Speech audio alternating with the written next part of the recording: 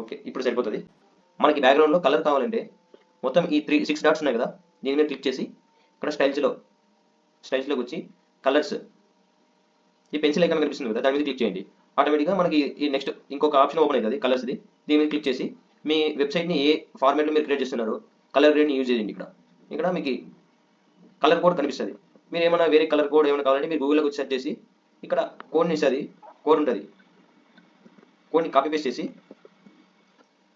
Same ఇక్కడ paste చేసామనుకో ఆ gradient మనకి హెడర్లో వచ్చేస్తుంది.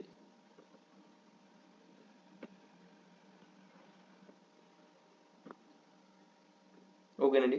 ఇప్పుడు ఈ బటన్ మీద క్లిక్ చేసి ఎడిట్ చేసుకోండి.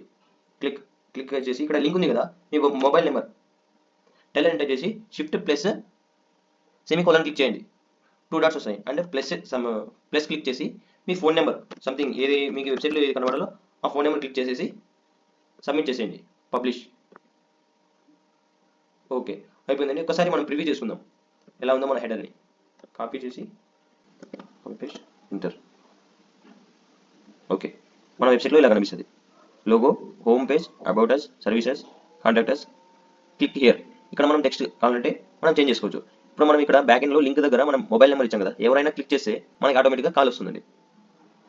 అంతే. ఎలిమెంటర్ని ఎలా ఇన్స్టాల్ చేయాలో ఇప్పుడు చూపిస్తాను.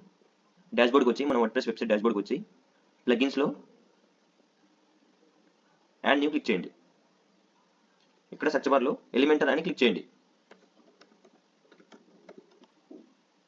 ఓకే, ఇక్కడ వచ్చింది కదా ఎలిమెంటర్ వెబ్సైట్ బిల్డర్ అని, ఇది ఇన్స్టాల్ చేసుకోండి. నేను ఆల్రెడీ ఇన్స్టాల్ చేసాను కాబట్టి యాక్టివేటెడ్ అని కూడా వచ్చింది.